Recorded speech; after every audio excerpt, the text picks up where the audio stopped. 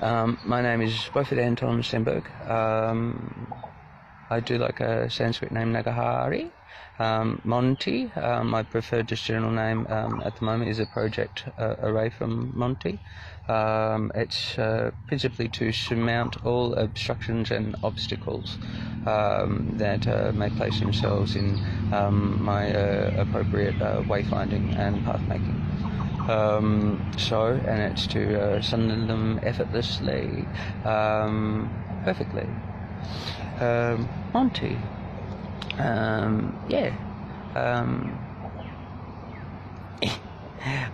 Beaufort. One of the English denotations rendering of Beaufort is beautiful crossing, and I wish to cross the ocean away from the continent of Australia. It's clear now there's substantive evidence that there's much unsavoury conduct regard to my person, criminal negligence, criminal activity towards me, substantial violence my whole life. I think there's been a campaign to conceal that. Once again, it's happening in Cairns. My medical records demonstrate this. I've talked to a number of professionals regarding it. In Northside Clinic, the Gay Men's Health Centre in St Kilda, with my two principal general practices in Victoria. The hospitals that I had dealings with in Victoria, the Royal Alfred Hospital pretty much constantly, except for the rare occasion. So many of their personnel, particularly the nurses, treated me like a leper, worse than leper.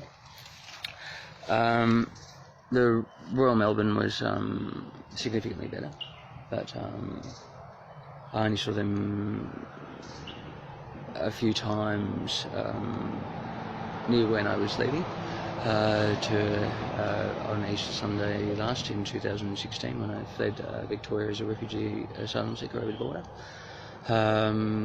And I've now it's clear that, particularly given that I was attacked, the police didn't help me. There's no charge raised again. Twice since I've been in Cairns, I've had knives brandished at me and people attacked me, and the police have attended, and there's been no charges to protect me whatsoever. And this is pretty much borne out by my experience of the police of Victoria and now also in Queensland. That given my experience, and particularly what I've affirmed to a number of healthcare professionals and other people, and people who are privy to the significant trials and adversity that I've been going through, that is unnecessary. It's just heinous. Evil. I called up the Swedish Embassy just today. It is clear I need to take political asylum from Australia with a favourable country and people with urgency. Sweden's definitely one of them, any of the Germanic countries, and given my experience, I would like to hold a few passports just for my safety. I do currently have an Australian passport after much endeavour, but I don't currently have it at the moment because in my hand. But I do have two other forms of photo ID, my 18 plus card and my Queensland Learner's Driver's Licence and other things. But my birth certificate and my passport, I had to leave because they were going through the process of involuntarily committing me, and there was no reason to do it. So it's clearly smacks of impropriety and malicious agenda. Do you hear me? I need to take political asylum from Australia with urgency. I'm currently just making my way on foot out of out of Cairns. I just went to the Sikadharma temple and just had some prasadam and listened to the recitations of the Sri. There's just a bit of Bhajan and a bit of Chitty Chat today, and not so much, but there's a little bit of recitations as a subject. Sri Guru Granth Sahib Ji. I prefer the Sanskrit pronunciation, it's non-standard.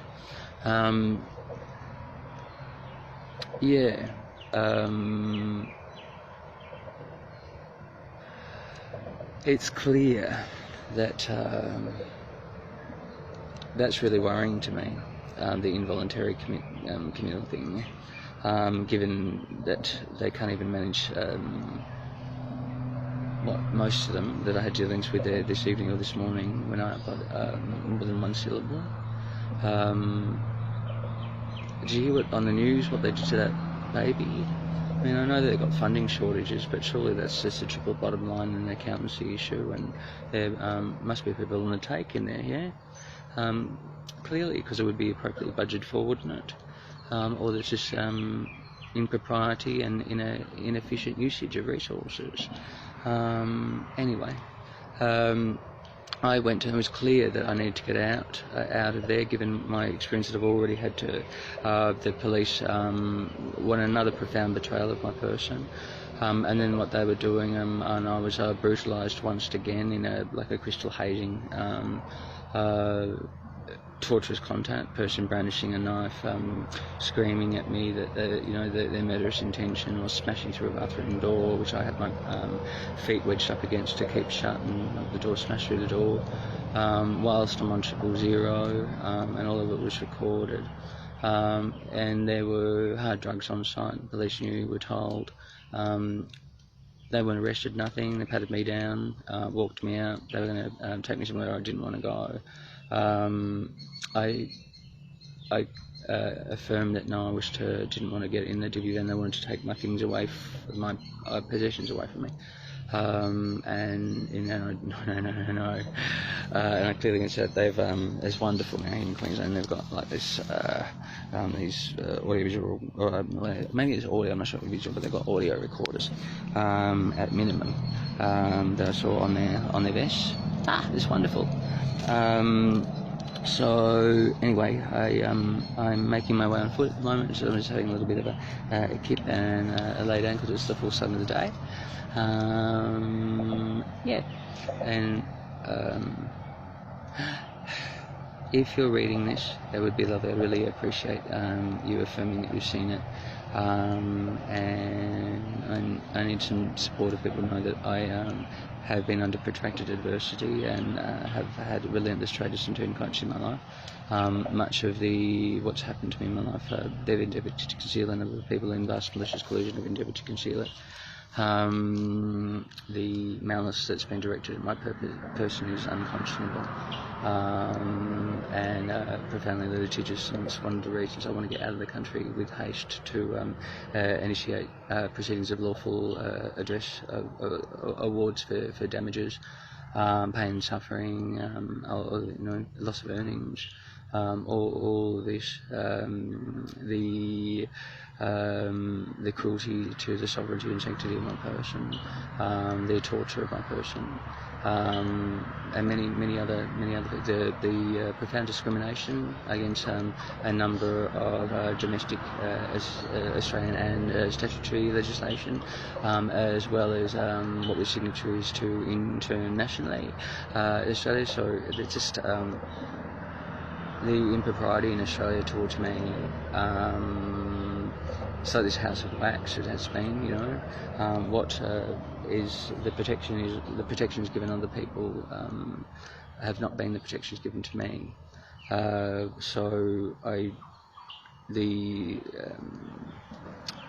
Given that, it's clear I need to take political asylum away from Australia with the favour of country and people, with a sense of urgency. I have many skills. It's very difficult to be productive in anything in any great way when I'm constantly being attacked, hazed. I don't have a place to live, and there's a protracted campaign to perpetuate that. Well, there has been and there's a number of other factors, anyway. I need your support. I need your assistance. I need tangible support like money. I need like a grassroots rallying, and as domestically in Australia as well as overseas. That I need to just get out of Australia safely, somewhere that supports my safety, and we can investigate all of these things that have been happening to me in Australia. There can be administration can be invoked, and they can be investigated. Because it's the echelons of it are reified, and the vast malicious collusion against my person is vast, and given that I'm faring brilliantly, surprisingly, or unsurprisingly as the case may be,